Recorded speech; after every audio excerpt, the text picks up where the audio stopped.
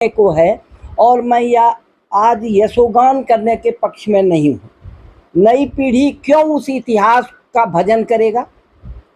हमारी पीढ़ी ने उस आंदोलन को देखा, उसमें भाग लिया और आज तक अपना पीठ हम सब थपथपा रहे हैं कि हमने बहुत बड़ा काम कर दिया। आज़ादी की दूसरी लड़ाई हमने लड़ी, लोकतंत्र को गर्त में जाने से बचा लिया। कुछ आज प्रतिमूल्य चाहते हैं उसका, कुछ को सत्ता मिली, कुछ को संस्था की जमींदारी मिली। सर्वोदय में समाजवाद को विलीन करने की संस्था या स्वप्न को लेकर जेपी ने सर्वोदय में समाजवाद को विलीन करने का स्वप्न देखा था, वह आज व्याख्यातीत हो चुका है। सर्व सेवा संघ 75 वर्ष के बाद बिखर गया है। 25-26 अक्टूबर 1969 को सर्वोदय सम्मेलन राजगीर में हुआ था, जिसमें 60,065 गाँव का 60,065 गाँव का ग्रामदान हुआ। वो आज कहाँ है? 18 अप्रैल 1951 को पंचमपल्ली में भूदान शुरू हुआ और 19 अप्रैल 54 को बोधगया में जो सर्वोदय सम्मेलन हुआ था, उसमें अनायास ही जेपी ने जीवन दान दिया। और उसके बाद विनोबा को भी कहना पड़ा कि भूदान मूलक ग्रामोद्योग प्रधान अहिंसक क्रांति के लिए उनका जीवन समर्पित है। आज बीजेपी के लोग, जदयू के लोग, समाजवादी लोग, राजद के लोग सब जेपी की जयकार कर रहे हैं, माला चढ़ा रहे हैं। आज जगह जगह पर आयोजनों की भरमार रही। कांग्रेस थोड़ा सा अपने को बचाती रही। तो आज जेपी को लगभग 121 वर्ष होने को और संपूर्ण क्रांति का 50वां वर्ष 2024 में पूरा हो रहा है। 5 जून 1974 का वह दिन जब 18 मार्च 1974 को छात्र आंदोलन 4 मुद्दों पर लड़ा गया। महंगाई, बेरोजगारी, भ्रष्टाचार और कुशिक्षा के खिलाफ लड़ा गया था 18 मार्च। और यहाँ के छात्रों ने कहा था, गुजरात की जीत हमारी है, अब बिहार की बारी। 5 जून 1974 को गांधी मैदान में ऐतिहासिक भाषण जयप्रकाश का हुआ। जयप्रकाश जी ने स्वयं जो टेप रिकॉर्डर में टेप किया गया था, उसको बाद में कुछ संदर्भ छूट गए थे, उसको जोड़ते हुए प्रकाशित किया, जो जुलाई अगस्त में सर्व सेवा संघ ने उसको पुस्तिका के रूप में प्रकाशित किया है। इसलिए 5 जून 74 का वह संपूर्ण भाषण हमारे पास छपे रूप में उपलब्ध है। लेकिन आज जो छाप रहा था सर्व सेवा संघ, वह जमींदोज कर दिया गया है। आज गांधी विद्या संस्थान में ताला लगा हुआ है, जिसकी चर्चा चित्रा जी कर रही थी। वहाँ पर गांव के संबंध में प्रयोग करने, गांव को कैसे समुन्नत किया जा सकता है, इस तरह के प्रयोग की आधार भूमि बनाने का कार्यक्रम जयप्रकाश जी ने गांधी विद्या संस्थान के माध्यम से शुरू की थी। लेकिन आज वहाँ की सारी किताबें लगभग जो है दीमक खा रही है। तो यह स्थिति गांधीय संस्थाओं की हो रही है, जयप्रकाश नारायण के संस्थाओं की हो रही है। खैर, अभी मैं संपूर्ण क्रांति के विमर्श पर आना चाहूँगा। काफ़ी लोगों से विचार विमर्श के बाद जयप्रकाश जी ने जो निश्चय किया, उसकी घोषणा 5 जून 1974 को उन्होंने गांधी मैदान में किया था। गांधी मैदान जनसभा का ऐतिहासिक भाषण का गवाह है और उसमें उनके भाषण से जो टेप रिकॉर्डर में छूट गया था, उसको जोड़ते हुए जेपी ने कहा, दलमुक्त लोकतंत्र की बात उसमें छूटी थी, बिहार की पुलिस के संबंध में बात उसमें छूटी थी, करबंदी और सरकार ठप करने की बात, ये 4 कार्यक्रम उसमें छूट गए थे। उस सभा में तालियां बराबर बज रही थी। जयप्रकाश ने कहा कि तालियां हरगिज नहीं बजाइए, मेरी बात चुपचाप सुनिए। इसकी गंभीरता को समझने की जरूरत है, जिसको हम लोग कोई भी 74 से लेके आज तक नहीं समझ पाए हैं उस गंभीरता को। उन्होंने कहा कि दूर जाना है, बहुत दूर जाना है, हुंकारें भरेंगे हम, क्रांतिकारी विचार हमारे होंगे। असल दूर कहाँ जाना है, बहुत दूर जाना है। और कहते हैं अमल के लिए बलिदान करना होगा, गोलियां खानी होगी। यह क्रांति है मित्रों, संपूर्ण क्रांति।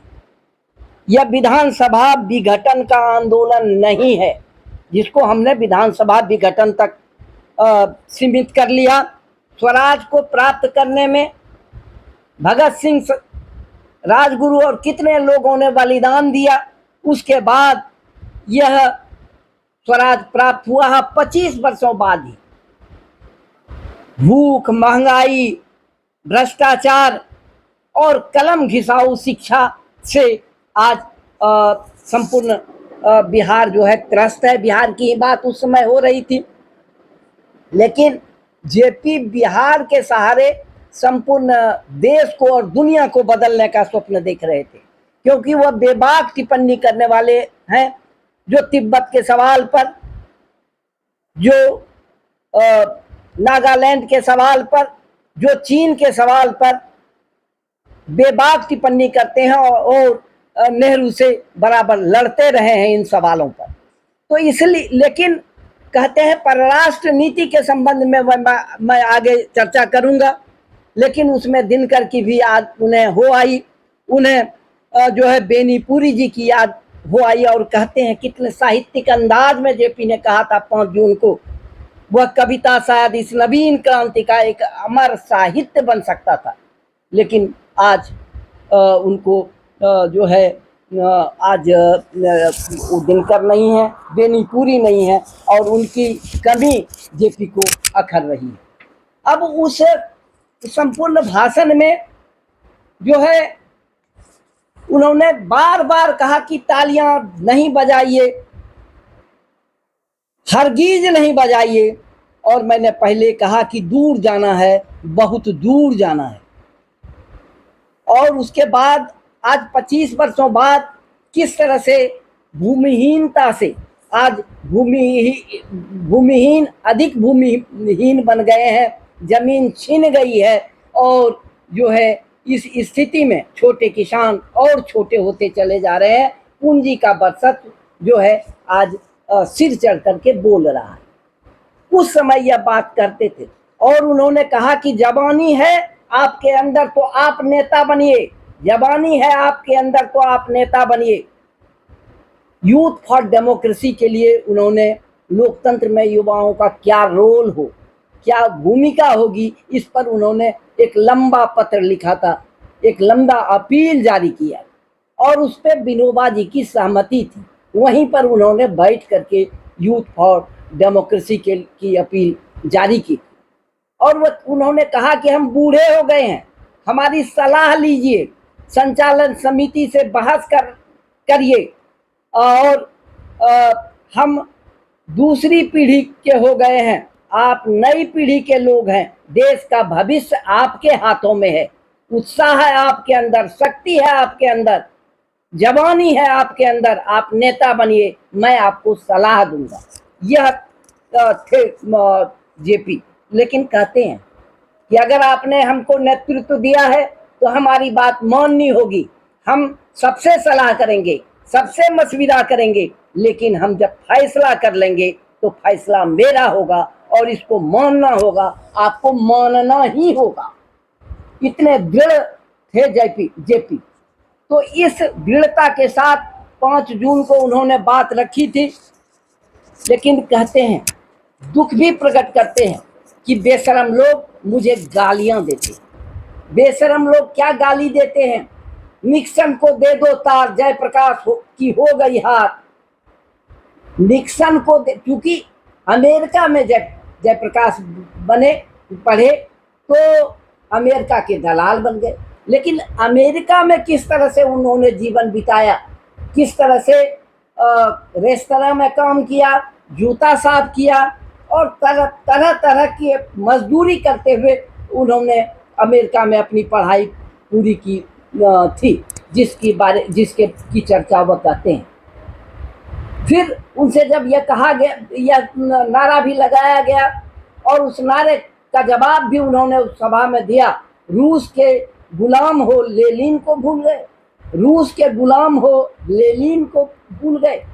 तो उस संबंध में जयप्रकाश कहते हैं कि अमेरिका में जो उन्होंने पढ़ा घोर मार्क्सवादी बना, स्टालिनवादी नहीं बना। और वह लेनिन का जमाना था, वह ट्राटस्की का जमाना था।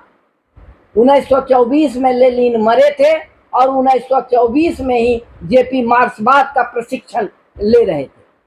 और उन्होंने दावा किया कि उस समय तक जो भी मार्क्सवाद के ग्रंथ छपे थे, अंग्रेजी में छपे थे, उस सबको उन्होंने पढ़ा है।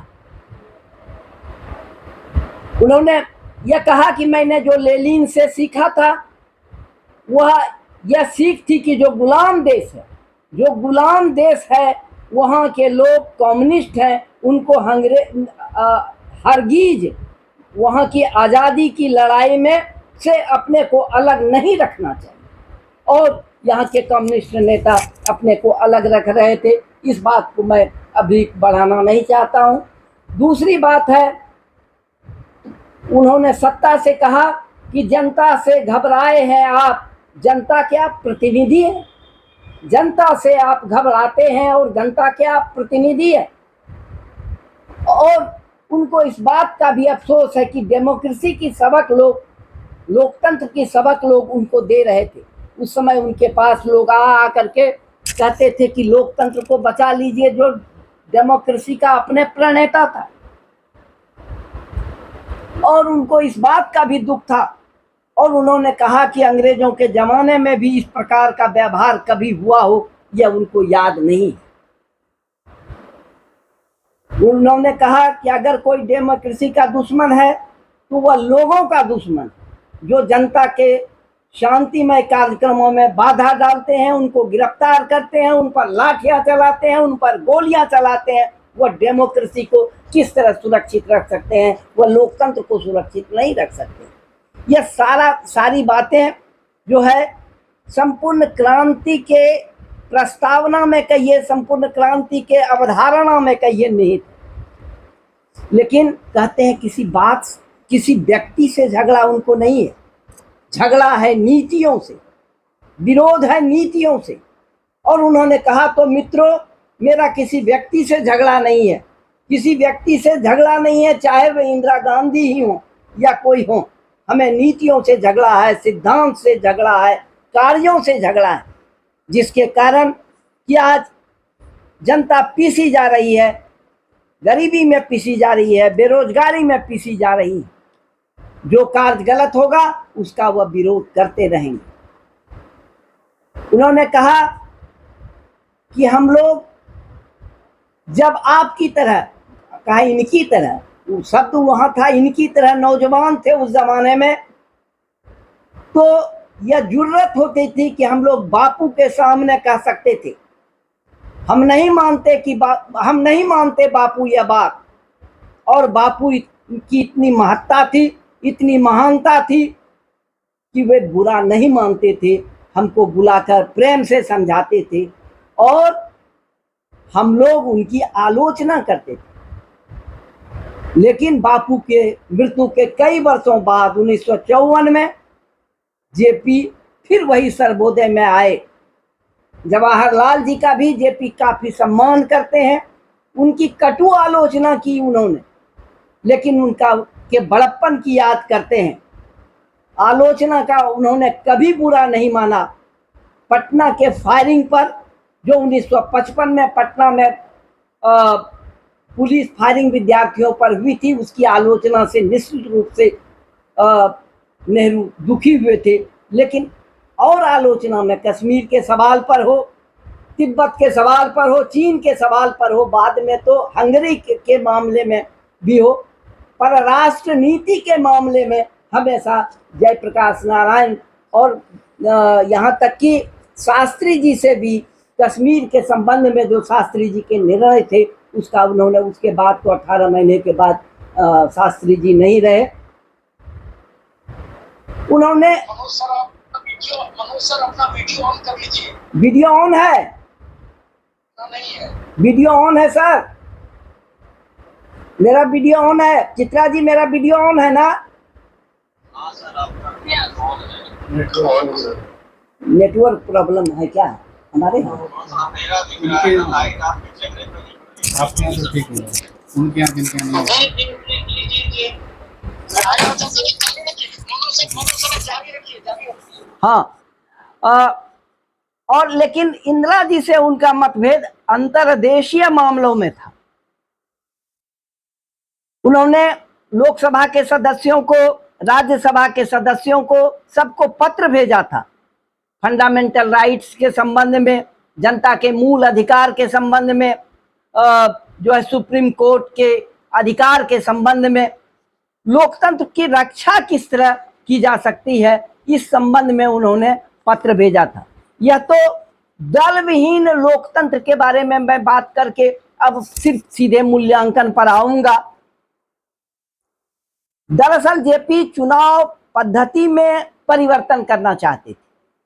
वह कहते थे गरीब तो कभी खड़ा ही नहीं हो सकता है, और कहते हैं कि दल विहीन लोकतंत्र जो है यह आज के संपूर्ण क्रांति का जो कि में निहित नहीं है, लेकिन दल विहीन लोकतंत्र जो है सर्वोदय विचार का मुख्य राजनीतिक सिद्धांत है, और यह मार्क्सवाद और लेनिनवाद का भी मुख्य उद्देश्य यही है, क्योंकि वह भी स्टेट के खत्म होने की, अंत होने की, स्टेटलेस सोसाइटी की बात करता है। लेकिन कहते हैं कि वर्तमान परिप्रेक्ष्य में जो इस तरह का हल्ला मचाया जा रहा है, उस तरह के लोक दल विहीन लोकतंत्र की बात वह आज नहीं कर रहे हैं, लेकिन उनका अंतिम लक्ष्य तो उसी तरह के दल विहीन लोकतंत्र की है। मतभेदों के बावजूद भी जेपी इंदिरा जी को मदद देते रहे हैं। एक बार अटल बिहारी वाजपेयी को उन्होंने बुला करके कहा, और अटल बिहारी ने कहा कि पार्टी एक चीज है, देश दूसरी चीज है, वे जरूर मदद करेंगे, आप मार्गदर्शन कीजिए। और दुनिया में जाकर के जो है भारत के पक्ष में इन लोगों ने बात की थी, इसकी भी याद उन्होंने की।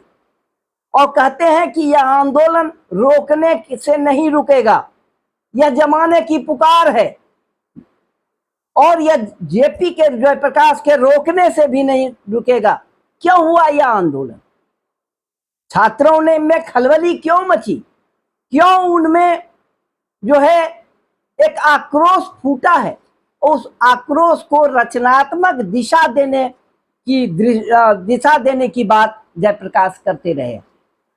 तो उसमें शांतिमयता के सवाल पर इनको गलत कोट किया गया था। उस सवाल पर भी इन्होंने उस समय वाहिनी के लोगों को काफी लतेड़ा और कहा कि शांतिमयता के साथ तो कोई समझौता हो ही नहीं सकता है। शांतिमयता हमारे आंदोलन का जो है मुख्य उद्देश्य है, इसलिए यह ऊर्ध्वगामी सतत चलने वाली क्रांति है। इसमें बाद में 7 आयाम जोड़े गए और डॉक्टर राम मनोहर लोहिया के सप्त क्रांति से इसकी तुलना की गई। लेकिन बाबूराव चंदावर एक बड़े सर्वोदयी नेता हुए। उन्होंने बाद में संपूर्ण क्रांति का जो विश्लेषण किया है उसमें कहा उन्होंने कि संसदीय प्रणाली के रहते लोकतांत्रिक जीवन प्रणाली को प्रस्तुत करना संभव ही नहीं है। मैंने कहा कि संसदीय प्रणाली के रहते लोकतांत्रिक जीवन प्रणाली को प्रस्तुत करना संभव नहीं है। यानी यह जो लोकतंत्र है, यह लोकतंत्र सिर्फ राज्य व्यवस्था का नहीं है, लोकतंत्र तो हमारे जीवन का जो है एक सौंदर्य है। लोकतंत्र तो हमारे घरों से शुरू होता है। तो लोकतंत्र की बात करते हैं। दरअसल 29 जनवरी 1948 की याद आती है। गांधी का अंतिम वसीयत प्रस्तुत होता है 29 जनवरी 1948 को। गांधी भी लोक को प्रमुखता देने के पक्ष में थे और कहा करते थे वो कि अगर लोक शक्ति कमजोर हुई लोकतंत्र में, लोक कमजोर हुआ तो सैनिक तानाशाही आएगी। इसलिए उन्होंने कहा कि आज भारत आजाद हुआ है और आजादी के बाद अगर लोक शक्ति कमजोर हुई तो सैनिक तानाशाही अनिवार्य रूप से आएगी। वही चिंता जेपी की रही।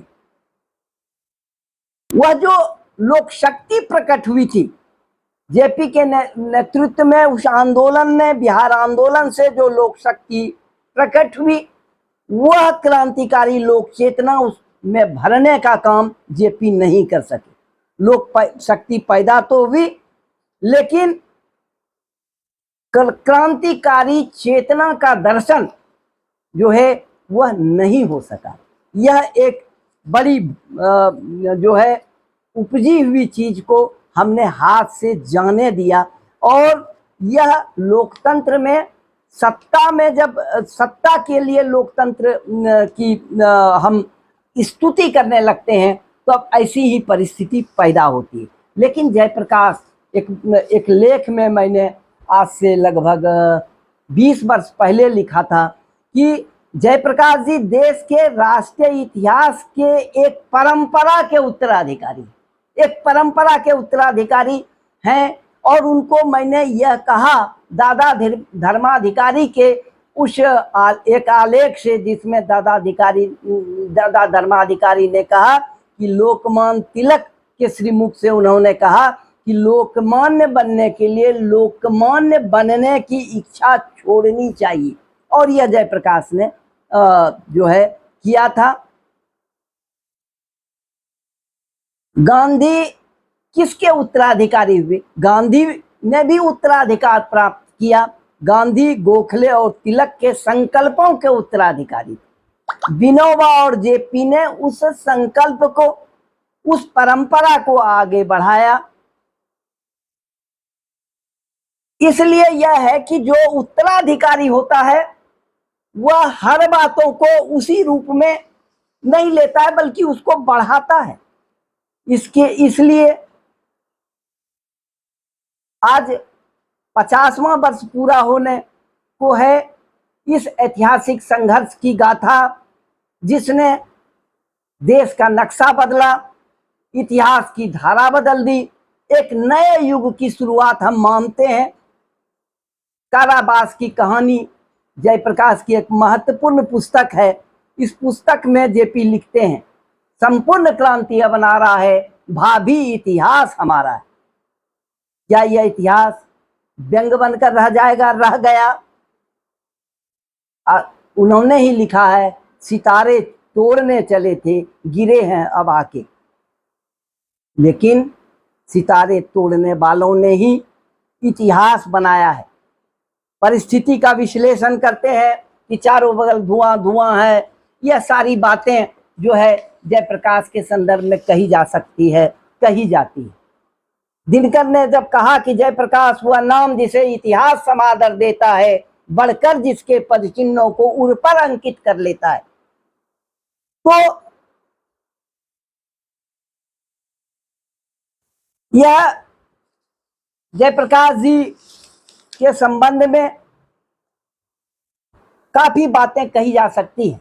लेकिन असहमति के अधिकार, लोकतंत्र में असहमति जो है उसको दर्ज करने का अधिकार और असहमति को विरोध के रूप में नहीं लेने, द्रोह के रूप में नहीं लेने, दुश्मनी नहीं साधने की दृष्टि से नहीं लेने की राजनीति की शुरुआत दरअसल जेपी करना चाहते थे। और जेपी ने इसी कारण से गांधी की सहिष्णुता को, नेहरू की सहिष्णुता को, उस समय सरदार पटेल की सहिष्णुता को बहुत ही उल्लेखनीय रूप से उद्धृत करते हुए यह कहा कि आज की सरकार यानी इंदिरा गांधी की सरकार जिस तरह कह रही है कि जो अमीरों के चंदे पर पलता हो, यह भुवनेश्वर का भाषण है इंदिरा जी का, जो है उनके आवास में ठहरता हो, तो जेपी उसके संबंध में कहते हैं कि गांधी भी तो बिरला भवन में ठहरते थे, हरिजन बस्ती में भी ठहरते थे और बिरला भवन में भी ठहरते थे। इससे उनके इस पर और लेकिन वह लिखते हैं ये भूमि हड़पने वाले, इस तरह की बात भी करते हैं। इसलिए सच कहना अगर बगावत है तो समझो हम भी बागी हैं, यह कहने वाला जयप्रकाश 72 वर्ष का बूढ़ा सच कहता हुआ निकल पड़ा था उस समय सड़कों पर। उसको हम आज याद क्यों करें? 50 वर्ष बाद याद करने, संपूर्ण क्रांति को याद करने की हमारी दृष्टि क्या है, इस बारे पर आज की युवा पीढ़ी सोच रही। लेकिन लोकशाही के ताबूत में कील चुभाई जा रही थी और जयप्रकाश कहते हैं कि एक एक कील उनको लगता था कि उनके दिल में चुभाई जा रही है। इसलिए यह लोक शक्ति जगाने का प्रयोग, युवा शक्ति को राष्ट्र निर्माण में झोंकने का प्रयोग, सर्वोदय आंदोलन के तंतुओं को आगे बढ़ाने का प्रयोग, लोकतंत्र के नींव को मजबूत करने का प्रयोग।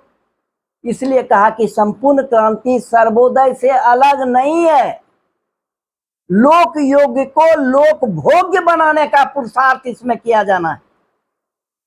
इसलिए हिंद स्वराज की बात हो, ग्राम स्वराज की बात हो, संपूर्ण क्रांति की बात हो, सब के भावार्थ एक ही हैं, कोई अलग नहीं है।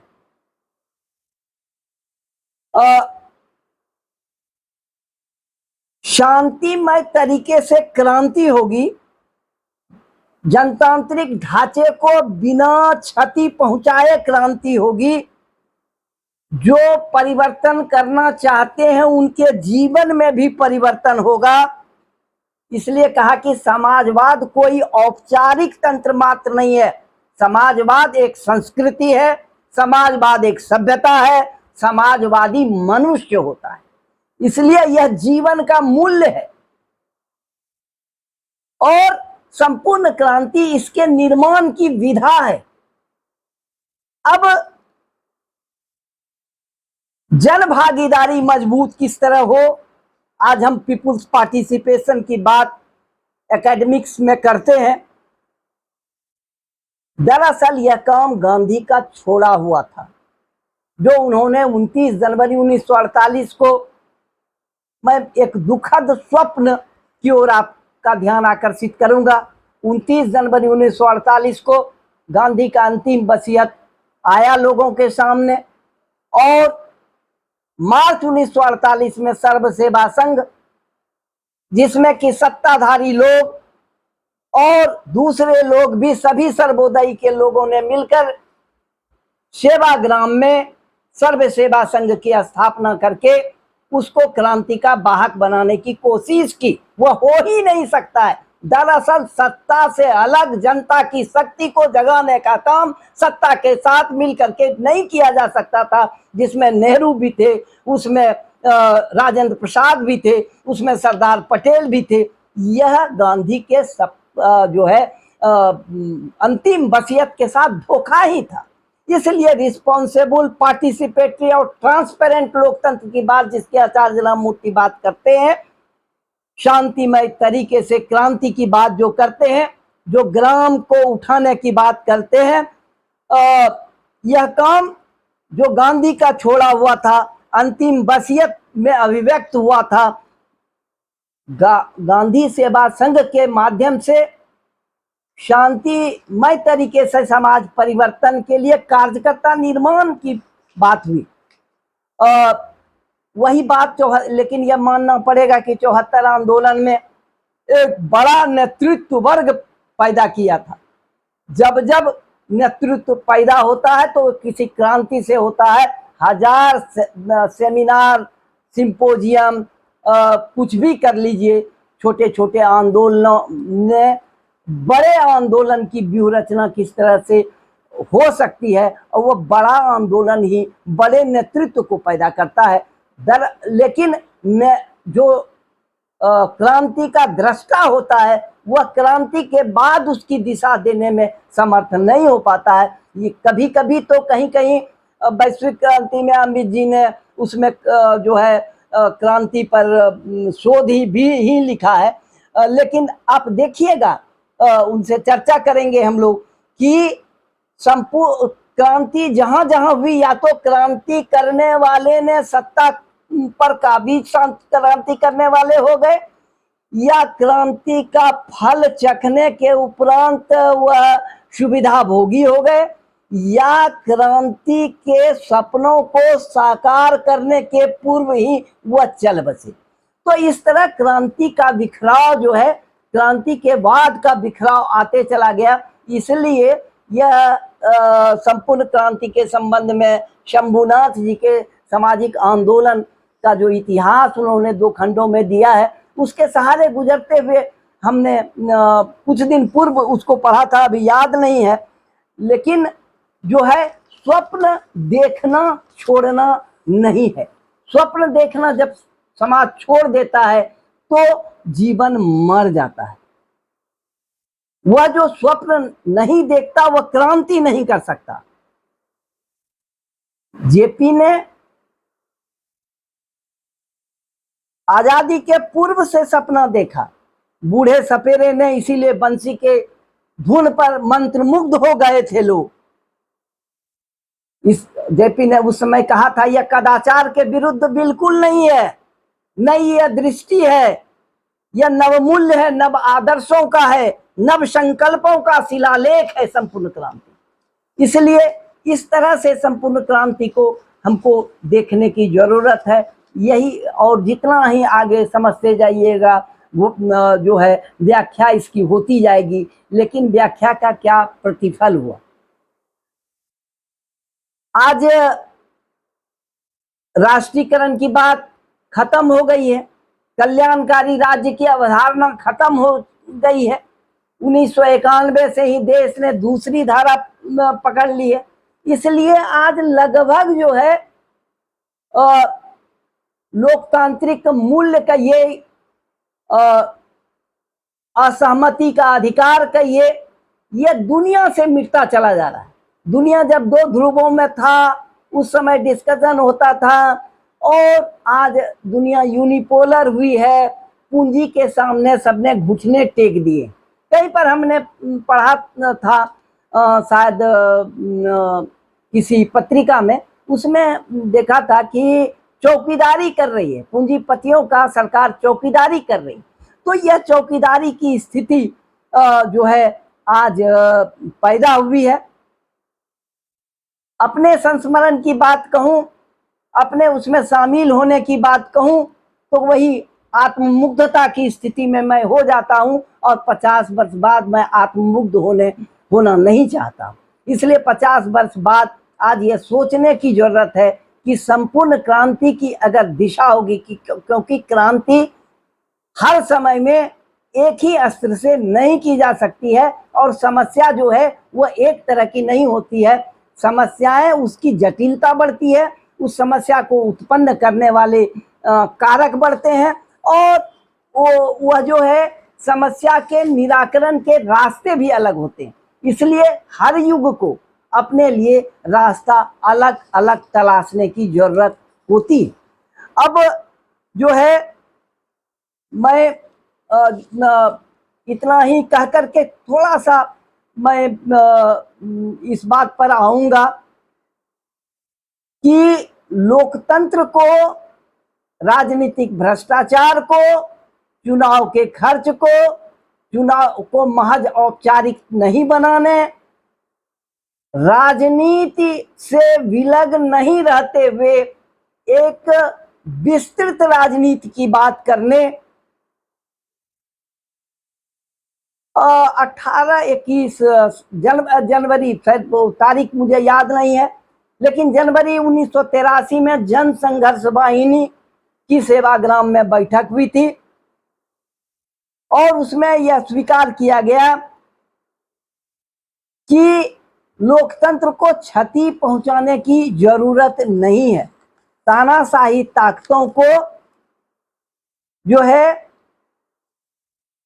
को भूलना नहीं चाहिए, और संविधान के अंतर्गत रहते हुए संविधान को बिना क्षति पहुंचाए, संविधान को और अधिक लोक जो है सुलभ बनाने की दृष्टि से न्यायपालिका की स्वतंत्रता, यानी चारों ही स्तंभों की आज हम बात कर सकते हैं कि जो है विरोध के स्वर जो हैं वह मुखरित उस समय 74 में भी जितना हो सकता था इंडियन एक्सप्रेस के गोयनका जी, और जिस तरह से इंडियन एक्सप्रेस जो है उस तरह तो आज भी स्थिति नहीं है।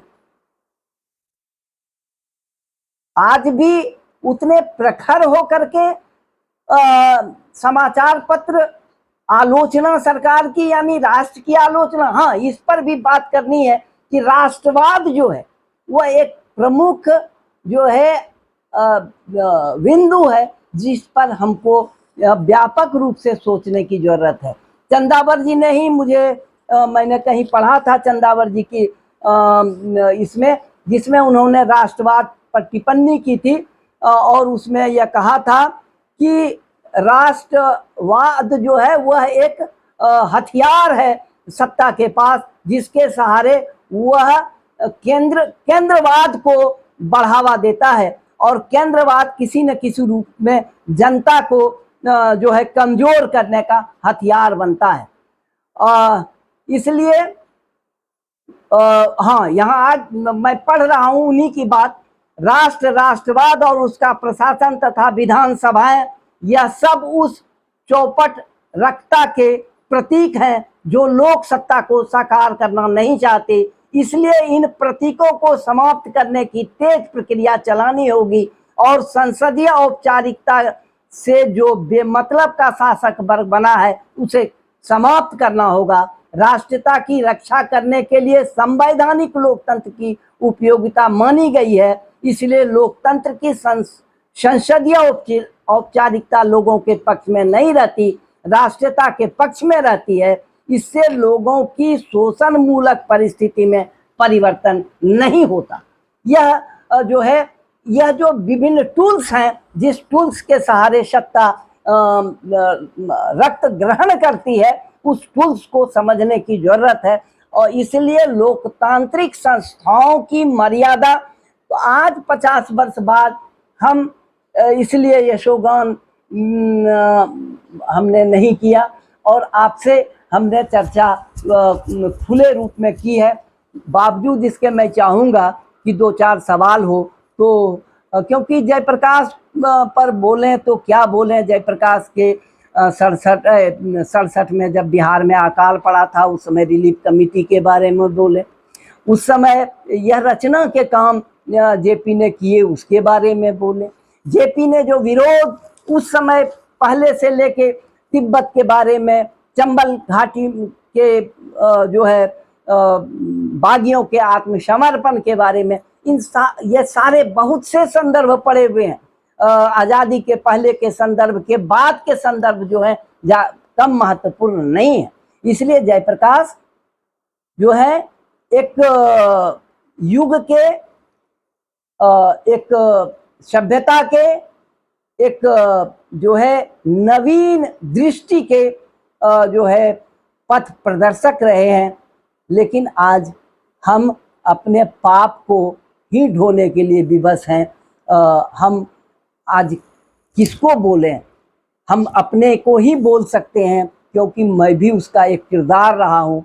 हम सब किरदार रहे हैं, जो लोग किरदार रहे हैं उन पर लोग उंगलियां उठा रहे हैं और उंगलियां उठाना उनका लाजमी है। इस दृष्टि से हम सब उस बंदीगिरी के जो है हैं, बंदीगिरी में हैं, जिस बंदीगिरी में कि हमने वह स्वप्न देखा, किसी ने 2-4-5 साल अपना जीवन दिया और सत्ता के सुख में, संस्था के सुख में और जो है अपने जो है अन्य जो है लोभ लालच में, यह सारा मटिया मेट हुआ है। आज तो हमने 11 बजे से कार्यक्रम जिसकी मैं अध्यक्षता कर रहा था, उसमें सभी दलों के लोग आए थे, कांग्रेस के लोग अनुपस्थित थे और तरह तरह की व्यंग्यात्मक टिप्पणियाँ अलग अलग होती रही, राजनीतिक टिप्पणियाँ भी होती रही। और बाद में हमको बोलना था तो हमने कहा कि लोकनायक जो है किस तरह की बात करते रहे हैं। तो आज हमको लगता है कि लोकनायक को फिर से समझने, एक अलग तरह से समझने क्रांति की दृष्टि को समझने, उनके प्रेस की आज़ादी के संबंध में उनके जो वक्तव्य हैं उसको समझने, सुप्रीम कोर्ट की स्वतंत्रता के संबंध में उनके जो चिंतन हैं उसको समझने, अभिव्यक्ति की स्वतंत्रता के संबंध में, अभिव्यक्ति लोकतांत्रिक मूल्यों के संबंध में, इन सवालों पर चिंतन करने की जरूरत है कि 50 वर्ष के बाद और 75 वर्ष की आज़ादी के बाद आज देश लोकतंत्र को किस दिशा में ले जाना चाहता है और उस लोकतंत्र की उस दिशा में क्रांति की जो बुनियाद रखी गई थी 50 वर्ष पहले, उसमें क्या बुनियादी परिवर्तन की आवश्यकता महसूस की जा रही है। मैंने पहले ही कहा कि संगठन मर चुके हैं, सर्व सेवा संघ जो है विघटित हो चुका है, लगभग उसकी अस्तित्व खत्म हो चुका है, संस्थाएं जो है वह सरकारीकृत होती चली जा रही है और इन स्थितियों में लोक नेतृत्व का प्रयोग अब होना अभी तक बाकी है। लोक नेतृत्व यानी लोगों के बीच का नेतृत्व किस तरह पैदा होगा, और जयप्रकाश की उसी उक्ति के साथ कि आपको खड़ा होना होगा, आने वाली पीढ़ी का यह देश है, आने वाली पीढ़ी को समझना पड़ेगा क्योंकि देश उनका है, समाज उनका है। आज वैश्विक परिस्थितियां, अंतर्देशीय और अंतर्राष्ट्रीय परिस्थितियां जो है बिल्कुल बदली हुई स्थिति में है। आज का संकट अधिक गहरा है जयप्रकाश जी के समय के संकट से, इसलिए नहीं कि सरकार किसकी है और किसकी नहीं है। आज दरअसल लोकतंत्र पर ही जो है वह खतरा मर रहा है, दुनिया भर में लोकतंत्र पर खतरा मर रहा है। मैं संचालिका जी से निवेदन करूंगा कि हमने लगभग, हमको लगता है 40 मिनट लिया होगा, नहीं ज़्यादा ले लिया, 42 मिनट ले लिया है। अब कुछ प्रश्न 10-5 मिनट के लिए अगर हो जाए तो ठीक रहेगा। आप में से जो भी सवाल पूछना चाहते हैं एक एक करके आप सवाल पूछिए। सभी छात्र, सभी शिक्षक।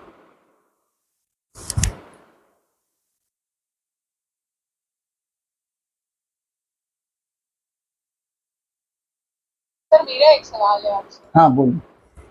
आप कह रहे हैं कि सारी संस्थाएं और जितनी भी संस्थाएं बनाई गई वो सब खत्म हो गई, सर्व सेवा संघ खत्म हो गया है, गांधी अध्ययन संस्थान खत्म हो गया है, तो हम कैसे इनको वापस से जीवित कर सकते हैं? आप ये भी कह रहे हैं कि हमें जहाँ है वहाँ खड़ा होना होगा, तो हम फिर से आपकी तरफ ही उम्मीद की एक नजर जो है वो दृष्टि देखते हैं कि आप लोग कुछ करें इन संस्थाओं को वापस से पुनर्जीवित करें।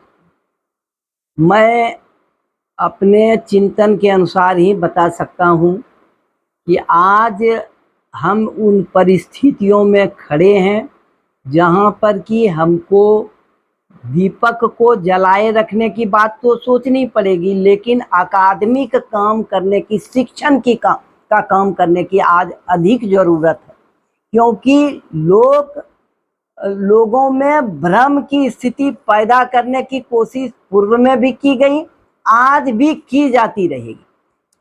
तो आज जो की जा रही है, आज तो व्हाट्सएप यूनिवर्सिटी संचार तंत्र इतना मजबूत हो गया है, तो वो अच्छी खबरें भी आ रही हैं और खराब खबरें भी आ रही हैं। आज गांधी के पक्ष में भी कम बातें आती हैं, उनके विपक्ष में ज़्यादा बातें आती हैं। तो पक्ष और विपक्ष की बात को छोड़कर अकादमिक लोगों को ईमानदार बनने की जरूरत होगी, क्योंकि साहित्य की शक्ति आज भी और आने वाले समय में भी जीवित रहेगी, और साहित्य की शक्ति जब जीवित रहेगी तो फिर कभी न कभी परिवर्तन की ज्वाला, परिवर्तन का विस्फोट, परिवर्तन की भूख लोगों को जब होगी तो वह साहित्य उनके लिए पथ प्रदर्शन का काम करेगा। इसलिए हम सारे लोग जो अकादमिक दुनिया से हैं उनको इस तरह के चिंतन की ओर आगे बढ़ना पड़ेगा कि वे सच को सच कहना कम से कम अकादमिक रूप से कोशिश करें। मेरा प्रश्न सर, हाँ, प्रश्न यह है कि यदि जब प्रश्न यह आया मुर्गे सम्मेलन के बाद, आज़ादी के पहले की बात कर रहा हूँ, कि मंत्रिमंडल में कांग्रेस को शामिल होना चाहिए या नहीं होना चाहिए, इसको लेकर बड़ी बहस है। और बाद में यह तय हुआ कि नहीं, मंत्रिमंडल में शामिल होना चाहिए, लेकिन जिन मुद्दों पर गवर्नर हस्तक्षेप करेंगे मंत्रियों पर नियंत्रण करने के लिए, तो उन मुद्दों पर हम अपनी प्रतिक्रिया जाहिर करें। तब ये बात आई कि मजदूर आंदोलन और किसान आंदोलन, ये लखनऊ अधिवेशन और महाराष्ट्र का जो फैजपुरी साइड, हाँ, तो अधिवेशन के बाद की जो स्थितियां बनी, कांग्रेस को छोड़ के कांग्रेस सोशलिस्ट पार्टी जेपी के नेतृत्व में बनी और लोगों ने काम करना शुरू किया। उसमें कांग्रेस से असंतुष्ट लोग थे, कांग्रेसी सोशलिस्ट लोग थे और वामपंथी लोग। तो नेहरू, सुभाष और ये जेपी लोहिया, यह सब एक तरह से सोच रहे थे। और उस मंत्रिमंडल जब गठित हो गया और रियासतों में किसान और मजदूरों के आंदोलनों की बात आई, क्योंकि चीजें तो वैसी की वैसी ही थी रियासतों में, उनके ऊपर से प्रतिबंध मजदूरों के ऊपर से नहीं हटाया जा रहा था, उनको मजदूरी नहीं मिल रही थी, तो एक आंदोलन वहां खड़ा होता है। मैं इसको देखता हूँ एक तरह से कि संपूर्ण क्रांति के बीच 30 से 40 के दशक के बीच में कहीं ना कहीं दिखाई देते हैं। दूसरे फिर हमें सीधे तौर पे दिखाई देते हैं वह संपूर्ण क्रांति के इस आंदोलन में, तो इंदिरा गांधी के वृक्ष पूरा का पूरा आंदोलन खड़ा होता है।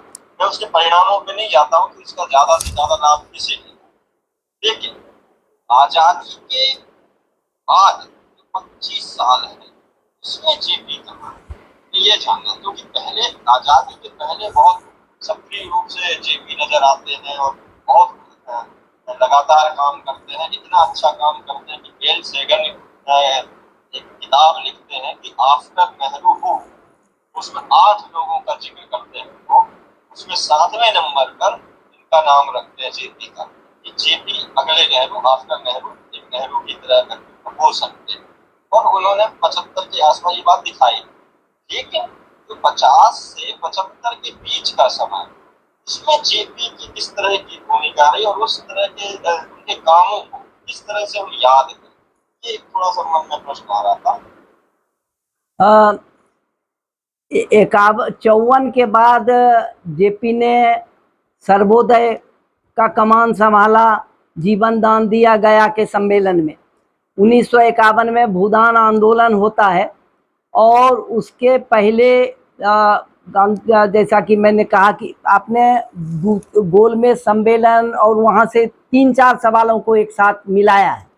पहला सवाल तो है कि मंत्रिमंडल में शामिल होने का सवाल, उसमें गांधी विरोध में थे, निश्चित रूप से गांधी विरोध में थे और यह नहीं चाह रहे थे कि लोग मंत्रिमंडल में शामिल हों। लेकिन कांग्रेस एक मिली जुली संस्था थी और उस कहते भी हैं गांधी की मैं कोई डिक्टेटर नहीं हूँ, और उसमें कुछ लोगों की जिनकी सहमति थी उन्होंने, लेकिन बाद में उनको इस्तीफा देना पड़ा, यह भी सच्चाई है।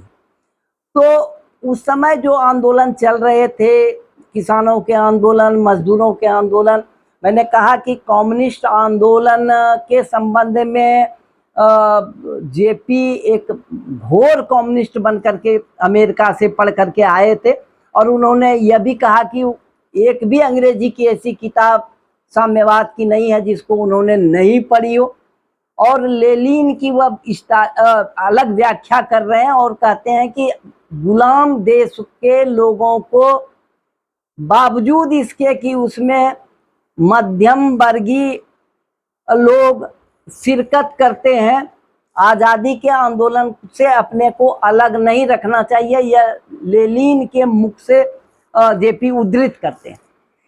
तो वहाँ पर से जेपी का विरोध साम्यवादी मूवमेंट से होता है, जो तत्कालीन साम्यवादी, क्योंकि उस समय वह इस पक्ष में नहीं थे द्वितीय विश्व युद्ध के समय, जिस समय की रूस और अमेरिका जो है एक साथ खड़ा हो गया और उसके बाद जो है उस समय गांधी ने हिटलर को भी पत्र लिखा और कहा कि मैं इसकी का पराजय नहीं चाहता हूं द्वितीय विश्व युद्ध में मित्र राष्ट्रों का, वह एक अलग संदर्भ है, लेकिन उसमें वह सेना की भर्ती नहीं कर रहे होते हैं। और जापान को भी पत्र लिख रहे होते हैं, और जापान जब चढ़ाई करेगा तो उसके लिए भी निर्देश दे रहे होते हैं। इसका मतलब अपने को जो नेहरू बाद में तटस्थता की नीति जिस तरह अपनाते हैं, वह गांधी के इन्हीं विचारों का विस्तार हमको लग सकता है कि लोकतंत्र में इसी तरह का विचार गांधी के विचारों का ही से ही प्रभावित होकर के उन्होंने किया हो जो हो। लेकिन बाद के दिनों में जो यह है जेपी कांग्रेस सोशलिस्ट प्रजा सोशलिस्ट पार्टी के और राजनीतिक दलों के इसमें चले गए। डॉक्टर लोहिया और वो आप देखिएगा प्रजा सोशलिस्ट पार्टी, संयुक्त सोशलिस्ट पार्टी, फिर समाजवादी आंदोलन के इतिहास में जाना पड़ेगा। शरद जी की एक पुस्तक है समाजवादी आंदोलन का इतिहास। वो संपूर्ण समय 1954 के पहले तक का समय जेपी का इन्हीं राजनीतिक प्रक्रियाओं में गुजरा है। लेकिन उस समय भी नागालैंड के सवाल पर, कश्मीर के सवाल पर, तिब्बत के सवाल पर, इजराइल के सवाल पर, श्रीलंका के सवाल पर जेपी चुप नहीं रहे। जब केरल में जो है गोली चलाई गई जनता पर, तो लोहिया ने कहा कि वह उस सरकार को जो अपने ही जनता पर गोली चलाती है उसको इस्तीफा दे देना चाहिए। जेपी इसके पक्ष में नहीं थे उस समय, और उस समय ही सोशलिस्ट पार्टी और भी कई कारणों से संयुक्त सोशलिस्ट पार्टी और सोशलिस्ट पार्टी का विघटन हुआ। और उसके बाद 54 में इनको जयप्रकाश नारायण ने बोध गया में सर्वोदय सम्मेलन था, क्या माह था याद नहीं हमको, लेकिन 54 संभवतः 54 का ही था कि 51 के बाद 54 ही आया था, जिसमें उन्होंने अनायास ही, जिसे संपूर्ण क्रांति का उद्घोष उन्होंने अनायास ही किया था, उसी तरह जीवन दान की घोषणा की थी। अब विनोबा हजारों लोगों ने जीवन दान की, उसके बाद जेबी कृपलानी ने उन पर कटाक्ष भी किया था कि जीवन कैसा जीवन, हम तो बड़ा क्रोधी हैं, हम अपने क्रोध का दान कर दें। क्रोध तो बड़ा बहुत ही उसके बाद फिर उसको स्पष्ट कृपलानी जी ने किया था जो हो। तो मेरे कहने का मतलब है यह बैठे नहीं रहे हैं महिलाओं को संगठित करने, महिलाओं में और उसके बाद 1967 में हम देखते हैं कि बिहार रिलीफ कमेटी में जगह जगह उस समय बोरवेल करना, लोगों को अन्न पहुंचाना, अमेरिका से कितना उसका तो मैं गवाह हूँ क्योंकि मेरे पिताजी बिहार रिलीफ कमेटी में सचिव थे, तो काफ़ी उस समय काम हुआ था रिलीफ कमेटी। तो इस तरह अच्छा अवार्ड को खड़ा किया उन्होंने, संपूर्ण देश के संस्थाओं को मिला करके वॉलंटियर ऑर्गेनाइजेशन का यहाँ गांधी विद्या संस्थान की, जिसकी कि अभी केंद्र अध्यक्ष ने कहा कि गांधी विद्या संस्थान की स्थापना हुई। तो इस तरह छोटे छोटे संस्थाओं की गया में संस्थाएं बनी, कुछ खादी की संस्थाओं के माध्यम से उन्होंने काम किया। लेकिन मुख्य रूप से राजनीति, और राजनीति के बाद कहा उन्होंने कि सर्वोदय को समाजवाद को सर्वोदय में विलीन होना पड़ेगा, यह उनकी दृष्टि गई। और उसके बाद यूथ फॉर डेमोक्रेसी, फिर सभी मंत्रियों को, सभी राज्यसभा और लोकसभा के सदस्यों को पत्र लिखा उन्होंने कि लोकतंत्र की रक्षा किस तरह की जा सकती है। तो इस तरह जो है उनका जीवन सक्रिय जीवन रहा, लेकिन बदलता हुआ रहा। इसीलिए असफलताओं की कहानी, कुछ लोग कहते हैं कि जेपी तो असफल हुए, गांधी भी असफल हुए। तो सफलताओं और असफलताओं की कहानी जो है वो कहते हैं, दादा धर्माधिकारी ने एक जगह लिखा है कि उनके असफलता में ही सफलता का बीज छिपा हुआ है। दरअसल जो है सफलता का इतिहास तो उनको गढ़ना होता है जो कि दृष्टा होता है, दृष्टा के बाद जो उसका वाहन करता है। इसलिए मैंने अपने वक्तव्य में कहा था कि हम पाप को ढोने वाले हैं। तो इस तरह हम सब जो है वो जेपी के उस समय जेपी के एक जो है सभा का वर्णन हमको मिलता है जिसमें 20-21 लोग शामिल हुए थे। तो और वह भी समय आया जब 5 लाख लोग शामिल हुए, वह भी समय आया जब सरकार के संपूर्ण तंत्र के विरोध के बावजूद गांधी मैदान में लोग पहुंच गए थे। घरों से लोग निकल रहे थे, 5-5 6-6 लोगों को हर घर में जो है आश्रय दे दिया गया था। हमारे छोटे से जगह पर मैं कहूँ कि वहाँ पर जो है एक आदमी आया और उसने कहा कि जितना होटल में जो है उसमें महसूस चलता था, छोटा सा ब्लॉक सब डिविजनल हेडक्वार्टर में, तो कहा जितना लोग खाएंगे उतने लोगों को। तो इस तरह जो है लोगों में उत्साह था, एक ये आया था। तो वह उत्साह भंग 1947 के बाद भी हुआ, वह उत्साह भंग। तो जेपी 1954 के पहले तो 1951 के पहले तो राजनीति में थे और 54 के बाद तो सर्वोदय आंदोलन के विभिन्न गतिविधियों में संलग्न रहे। 1974 के बाद तो जो है वह लंबा एक इतिहास का सृजन ही हुआ है। एक बात और कही जाती है कि जेपी का खड़ा किया हुआ आंदोलन, तो उसके पहले आंदोलन ऑलरेडी खड़ा हो चुका था और जेपी को फिर खोजा गया उसको लीड करने के लिए। फिर जेपी ने और उसको तेजी से 18 मार्च 74 को छात्रों का आंदोलन लालू प्रसाद जी की अध्यक्षता में पटना विश्वविद्यालय में आयोजित हुआ था, जिसमें 4 विश्वविद्यालय के संभवतः 4 विश्वविद्यालय के छात्र शामिल हुए थे। मुजफ्फरपुर में हुआ। उसके बाद जेपी के पास कुछ छात्र नेता आए थे और उनसे नेतृत्व करने के लिए कहा था। उसी के सवाल पर तो उन्होंने कहा कि शांतिमयता मेरी प्राथमिक शर्त है, तो जो है हाथ हमला चाहे जैसा होगा, हाथ हमारा नहीं उठेगा। तो यह जो है उससे बाद में नेतृत्व करने की जो है नेतृत्व करने के लिए उनसे कहा गया, तो कहा कि हम कठपुतली नेतृत्व नहीं करेंगे, हम आप सबसे चर्चा करेंगे जब, लेकिन जो निर्णय होगा, वो मैंने पहले ही कहा है, जो निर्णय होगा उसको आपको मानना होगा, मानना ही होगा। यह शब्द था उनका, मानना ही होगा।